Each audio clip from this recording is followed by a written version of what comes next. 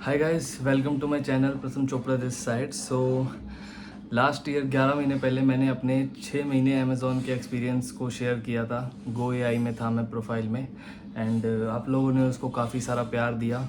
Almost 31,000 पहुंच गई वो वीडियो एंड मेरे चैनल की बेस्ट वीडियो है वो। बट वो क्या था, वो मेरा एक्सपीरियंस था जो जैसा जैसा हुआ, मतलब मैंने बताया कि क्या क्या मेरे को लगता था।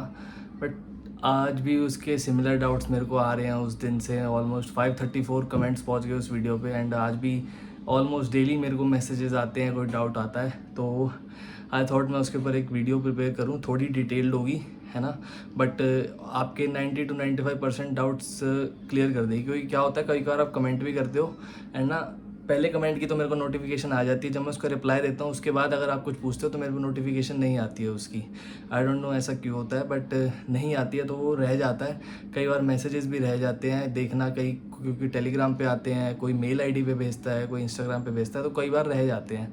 तो ये जो है आप वीडियो आपके डाउट्स वगैरह क्लियर कर देगी। तो स्टार्ट करते हैं। First of all, go AI जो है प्रोसेस, गो एआई ऑपरेशंस, वो सिमिलर है किससे, एमएल डाटा एसोसिएट से। दोनों जॉब्स सेम हैं। तो अप्लाई कैसे करें इसको? सबसे पहले अप्लाई आप पोर्टल से कर सकते हैं, लिंक्डइन से कर सकते हैं, naukri.com से कर सकते हैं। आप अप्लाई करेंगे तो आपके पास एक असाइनमेंट आएगा, वो आपको देना होगा। और इसकी एलिजिबिलिटी है ग्रेजुएशन, एलिजिबिलिटी ग्रेजुएशन है इसकी। ग्रेजुएशन आपके पास होनी चाहिए तभी आपको लेंगे वो। चाहे आप फ्रेशर हो चाहे एक्सपीरियंस्ड हो, ग्रेजुएशन आपके पास बिल्कुल होनी चाहिए। तो मैंने 30 नवंबर 2023 को अप्लाई किया था एंड असाइनमेंट भी उसी दिन आ गया था तो मैंने दे दिया था। एंड अगले मंथ 17 या 18 दिसंबर को मेरे पास इंटरव्यू का मेल आया था। बीच में कुछ नहीं आया था, मैं भी परेशान था। मैं कहा यार कोई तो रिस्पॉन्स आए, मैंने अमेज़ोन का असाइनमेंट दिया, कोई रिस्पॉन्स ही नहीं आ रहा। 17-18 दिसंबर को मेल आया इंटरव्यू का, बट हुआ नहीं तब।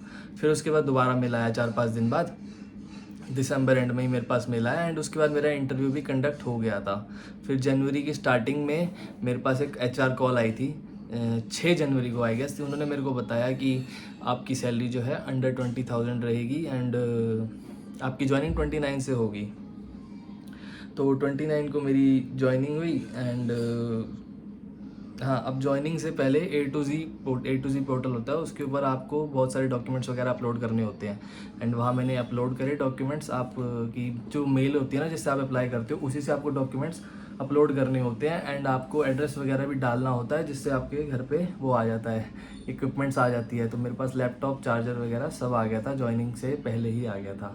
तो 29 को मैं ज्वाइन किया, मैं ऑफिस गया क्योंकि लैपटॉप वगैरह सब सेटअप कराना था, ज़ूकी वगैरह ध्यान से लेके जाना, है ना, उसमें ज़रूरी होता है। तो 29 जनवरी को मैंने मतलब ज्वाइन किया, ऑफिस गया। मैं फर्स्ट डे अपना गुड़गांव गया था एंड सॉरी मैं थोड़ा लिख के बैठा हूँ तो देख रहा हूँ। देन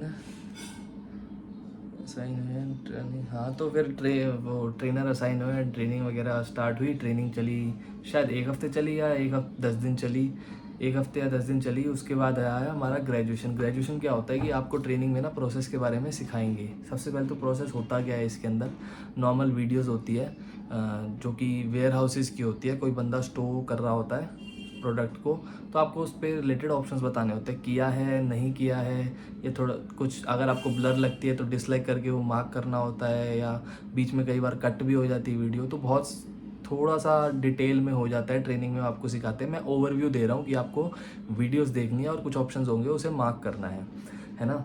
तो ट्रेनिंग वगैरह स्टार्ट हुई, ग्रेजुएशन डे आया। तो ग्रेजुएशन डे क्या होता है कि आपको कुछ % एक्यूरेसी लानी पड़ती है, कुछ स्पीड होनी पड़ती है आपकी, तो तभी आपको ग्रेजुएशन क्लियर मानी जाती है। फिर आप नेस्टिंग में जाते हो। तो मेरा फर्स्ट टाइम में नहीं हुआ था, तो उसके नेक्स्ट टू नेक्स्ट डे मेरा दोबारा कराया गया एंड तब मेरा क्लियर हो गया था। एंड अगर आपका तब भी नहीं होता है तो मैं आपको जानकारी के लिए बता दूं कि 4 से 5 बार आपका कराया जा सकता है एंड तब भी आपने नहीं करा क्लियर तो मे बी आपको टर्मिनेट कर दिया जाए। मे बी क्या मतलब, जब तक आप ग्रेजुएशन नहीं क्लियर करोगे, आगे नहीं बढ़ोगे, टर्मिनेट कर ही दिया जाएगा वैसे। तो नेस्टिंग स्टार्ट होती है, नेस्टिंग होती है 9 से 10 महीने की, 9 से 10 महीने की, जिसके अंदर पर वीकली आपका प्रोडक्शन आवर्स बढ़ता जाता है। प्रोडक्शन आवर्स मतलब एक सॉफ्टवेयर है जिसके अंदर आपको काम करना पड़ता है, वो लगातार वीडियोस देखनी पड़ती है जिसके अंदर पहले वो 2 घंटे स्टार्ट होता है, 3 घंटे, फिर ऐसे ऐसे धीरे धीरे करके बढ़ता जाता है। आई डोंट रिमेंबर एग्जैक्टली कितना कितना आवर्स होता है, बट बढ़ता जाता है वो धीरे धीरे। एंड आपका टारगेट्स भी ऑब्वियसली बढ़ते जाते हैं, एक्यूरेसी भी आपको ज़्यादा चाहिए होती है, स्पीड आपको कम करनी पड़ती है पर वीडियो देखने की। एक्यूरेसी को APL बोलते हैं, स्पीड को SPL बोलते हैं। मैं आगे ये यूज़ कर सकता हूँ APL SPL, है ना, तो इसको याद रखना। तो नेस्टिंग में बस यही चल रहा था। एंड क्या होता था कि डिफेक्ट्स वगैरह आते थे तो हमें पूछते थे कि कैसे आए, क्या मिस हो गया, है ना। पहले तो आराम से ही पूछते हैं, नेस्टिंग वगैरह चल रहा होता है, SME वगैरह अलॉट हुए पड़े थे हमें, तो वो हमें हेल्प करते थे। जैसे हमें कोई वीडियो नहीं आ रही तो हम स्क्रीन शेयर करके अपने SME से पूछ लेते थे कि क्या होगा इसका आंसर, एंड हमें समझा देते थे वो। कई बार वो जो जॉब्स होती है, जॉब ID होती है, उनके अंदर वीडियोज़ की एक पर्टिकुलर जॉब ID होती है, हम उसे कॉपी करके पेस्ट भी कर देते थे ताकि ये आप हमें जॉब ID समझाओ, है ना। मैं काफ़ी डेडिकेशन के साथ वर्क कर रहा था। एंड मेरे को तब नहीं लग रहा था इतना हैक्टिक ये वो, बट मैं करे जा रहा था क्योंकि मेरे को चाहिए था काम, क्योंकि मेरे को ज़रूरत थी, मेरे को पैसों की ज़रूरत थी, मैं काम करे जा रहा था। And I was a top performer in my whole team, बिल्कुल टॉप परफॉर्मर। मेरे मतलब 4 या 5 वीक तो लगातार क्लियर हुए थे, किसी के नहीं हुए थे इतने। APL SPL दोनों, सिर्फ एक बार तो एक वीक ऐसा गया था जिसके सिर्फ मैं ही मेट किया था। मैं इतना अच्छा परफॉर्म कर रहा था, मेरे को इतनी ज़्यादा ज़रूरत थी जॉब की, मैं बहुत शिद्दत से कर रहा था वो जॉब। तो नेस्टिंग हुई। नेस्टिंग के बाद क्या आता है आपका 2-2.5 महीने, तो चलो आपकी नेस्टिंग ही हो गई, है ना। 3 महीने के अराउंड, 2.5 महीने के अराउंड आपकी नेस्टिंग ही हो गई। उसके बाद बचे आपके कॉन्ट्रैक्ट में 3.5 महीने। फिर आप जाते हो प्रोडक्शन में, आपकी टीम चेंज हो जाती है, आपको मैनेजर्स असाइन हो जाते हैं, आप प्रोडक्शन में जाते हो तो आपके टारगेट्स और बढ़ जाते हैं, जो कि काइंड ऑफ मुझे अनरियलिस्टिक लगे कि 98.7% एक्यूरेसी 100 में से। एंड SPL आपको 14 समथिंग रखना है सेकेंड्स, मतलब 14 सेकेंड्स में आपको एक वीडियो ख़त्म कर देनी है, ऐसा आपका SPL। और 98.7% एक्यूरेसी का मतलब आप जितनी भी जॉब्स करोगे ना दिन में, आप 1 या 1.5 दिन में सिर्फ एक ही डिफेक्ट अफोर्ड कर सकते हो, लेकिन डिफेक्ट काफ़ी ज़्यादा आ जाते हैं। तो बट वो जो परफॉर्म कर लेता है उसी को मतलब कंसिडर किया जाता है। जैसे कॉन्ट्रैक्ट ख़त्म होने वाला है ना, 6 महीने की जॉब है, तो 1 महीने पहले से वो देखना चालू कर देंगे कि इस बंदे ने परफॉर्म करा है, इसको हम परमानेंट करना चाहते हैं, बाकी परफॉर्म नहीं कर रहे तो उसको हटा देते हैं, है ना। तो मेरा क्या हुआ था कि जब मैं प्रोडक्शन में गया था तो मेरे से परफॉर्म नहीं हो पाया था। बताता हूँ क्यों नहीं हो पाया था, शिफ्ट टाइमिंग रीजंस था, बताता हूँ क्यों नहीं हो पाया था। एंड तो बहुत बड़ा रीज़न था वो शिफ्ट टाइमिंग वाला, है ना, बहुत वैलिड रीज़न था मेरा, but they didn't consider it. नहीं हो पाया था तो मेरी परफॉर्मेंस डाउन हो गई थी, मेरी एक्यूरेसी SPL सब ख़राब हो गया था। तो यही बात थी प्रोडक्शन की। एंड बात रही सैलरी की, बात करें तो बाकी सारा ये जॉब का हो गया, जितना भी था प्रोसेस मैंने आपको समझा दिया। Training, then nesting, then production, कैसे कैसे आपकी वीडियोस रहती है, आपको एक्यूरेसी स्पीड दोनों चाहिए होती है, मैनेजर्स आपके अलग अलग असाइन हो जाते हैं, ट्रेनिंग में अलग, नेस्टिंग में अलग, प्रोडक्शन में अलग, है ना। छुट्टी आपको अपने मैनेजर से ही मांगनी पड़ती है। तो बात रही सैलरी की, सैलरी थी अंडर 20, जिसके अंदर अंडर 20,000 थी। एग्जैक्ट मैं नहीं बताऊंगा क्योंकि वाईफाई के भी उसमें अलाउंस थे, एंड नाइट अलाउंस। अगर आपकी शिफ्ट नाइट अलाउंस के अंडर आती है, नाइट के अंदर आती है, जो कि मेरे ख्याल से था 4 बजे से स्टार्ट था या 5 से स्टार्ट था, आई गेस इतने कुछ बजे से स्टार्ट था। एंड दोपहर के और रात तक के थे। इसके बीच में अगर आपकी शिफ्ट आती है तो आपको नाइट अलाउंस मिल जाएगा, अगर नहीं आती है तो नहीं आएगा। मतलब 4 से स्टार्ट हो रही है या जैसे मर्जी था, नाइट अलाउंस कुछ अलग अलग होते हैं, है ना। ज़्यादा नाइट का, जैसे बिल्कुल ही क्या कहते हैं उसे, ग्रेवयार्ड शिफ्ट हो गई, उसके नाइट अलाउंस ज़्यादा थे, बाकी वाले के कम थे। एंड इसमें ओवर टाइम का भी पैसा होता है, अच्छा खासा ठीक ठाक पैसा होता है भाई पर घंटे का। एंड ओवर टाइम में अगर आप छुट्टी की बात करें तो छुट्टी होती है, अगर उस दिन आपका ओवर टाइम हुआ है तो आपको डबल पे मिलता है। होली पे मैंने करा था तो मेरे को डबल पे मिला था, मतलब दिन का 1000 बनता था, 2000 मिला था मेरे को। एंड वो नेक्स्ट मंथ की सैलरी में क्रेडिट हुआ था, उस मंथ की सैलरी में क्रेडिट नहीं हुआ था। ओवर टाइम अच्छा खासा होता है, जिसने बनाना होता है पैसा वो बना लेते हैं, और हमारे वाले काफ़ी बना रहे थे, मेरी नोन में भी थे वो। एंड 3 मंथ बाद, हाँ 3 मंथ बाद इसके बोनस भी आया था, बोनस भी आया था। एंड आपको कूपन्स भी मिलते हैं 2-2 हज़ार के, मेरे को 2 बार मिले थे 2 हज़ार के कूपन्स थे। अब पता नहीं 2 हज़ार के थे 2500 के थे, जितने के भी थे। मैंने एक बार तो प्राइम ख़रीदा था, एक बार कुछ टी शर्ट वगैरह ख़रीदी थी। एंड काफ़ी अच्छा लगा था।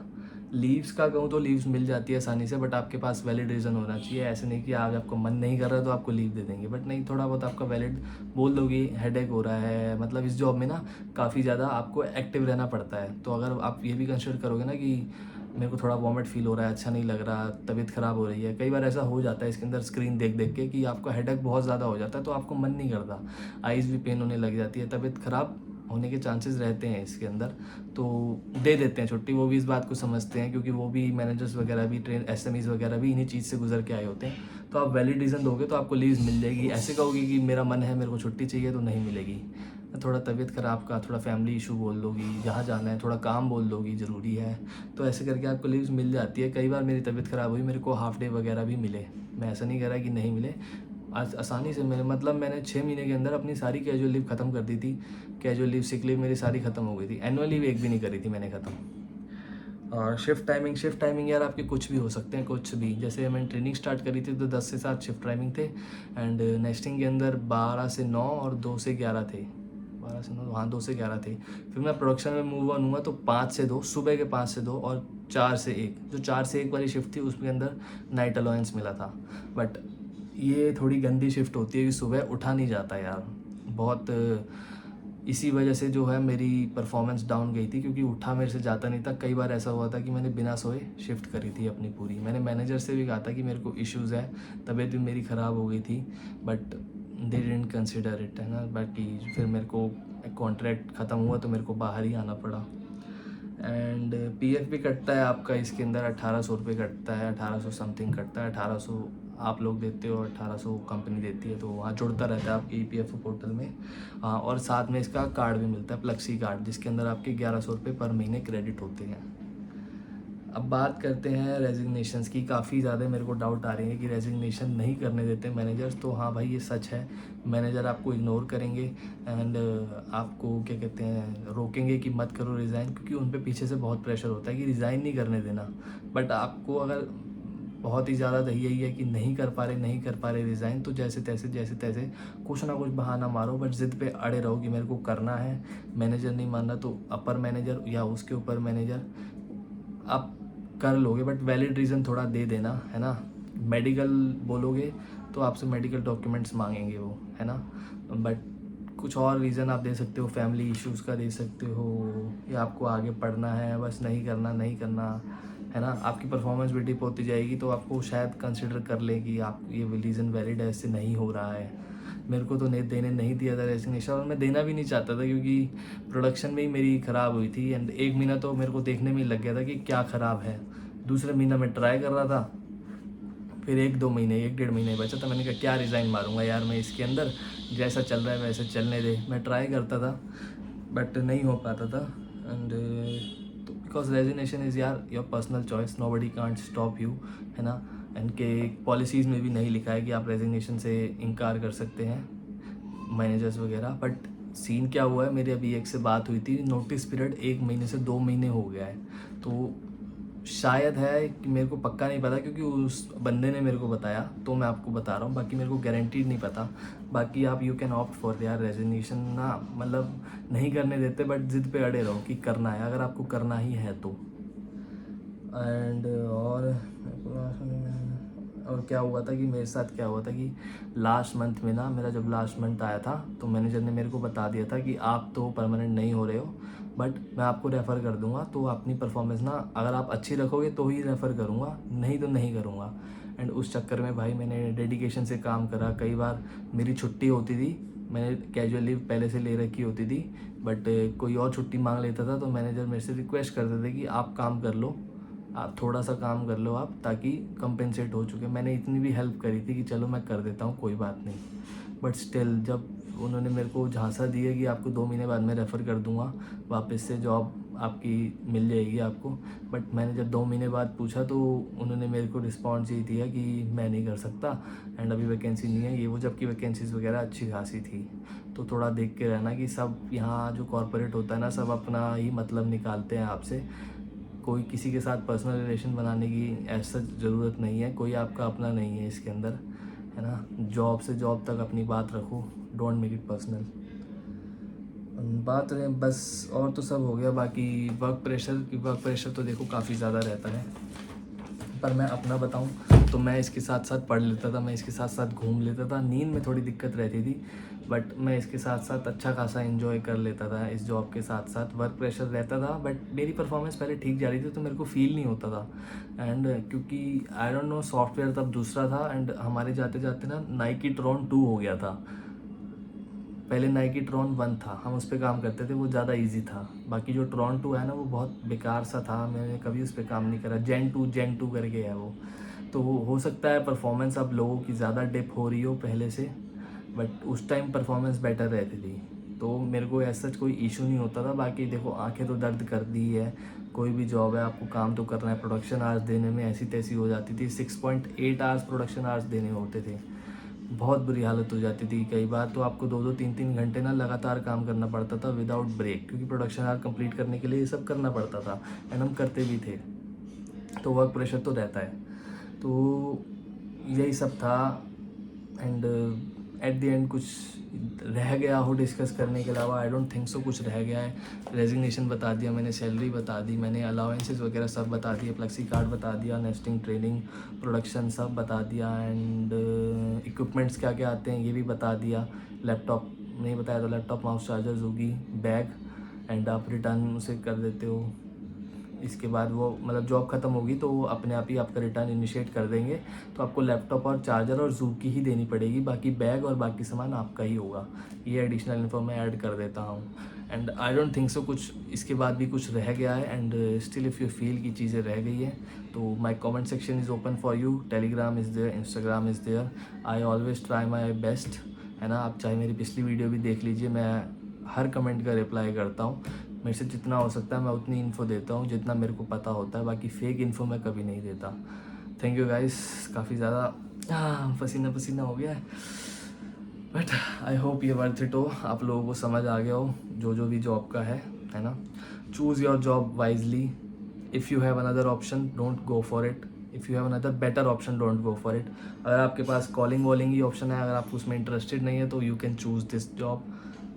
इसका एक्सपीरियंस एज सच कहीं काउंट नहीं होता है, आप किसी और फील्ड में जाओगे आपको फ्रेशर ही माना जाएगा।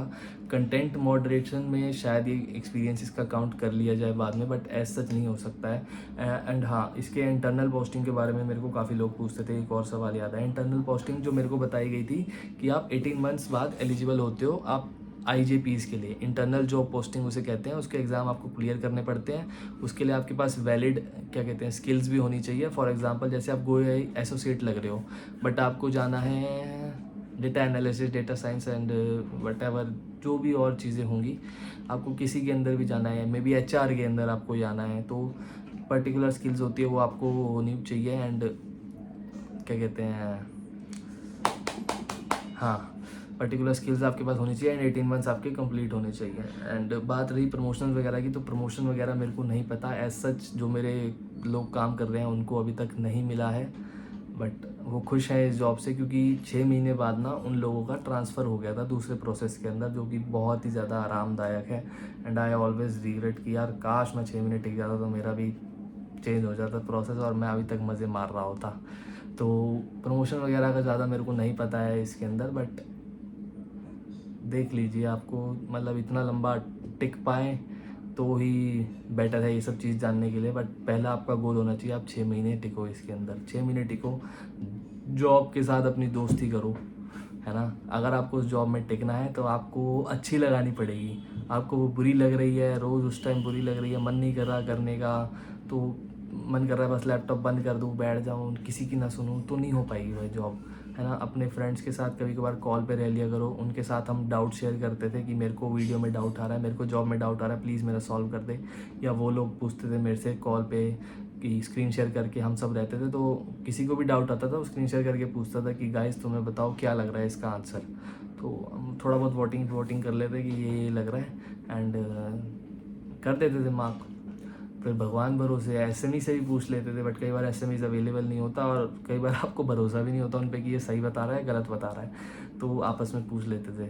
तो थोड़ा ना अपने आप को इस जॉब के अंदर ढालने की ट्राई करना, अगर आप कर रहे हो, अपने दोस्त वोस्त बनाना, है ना, उनके साथ कॉल्स वगैरह पे भी रहना, इंडल्ज रहना एक्टिविटीज़ के अंदर, अपनी टीम की एक्टिविटीज़ के अंदर, तभी आपका मन लग पाएगा, वरना नहीं लग पाएगा।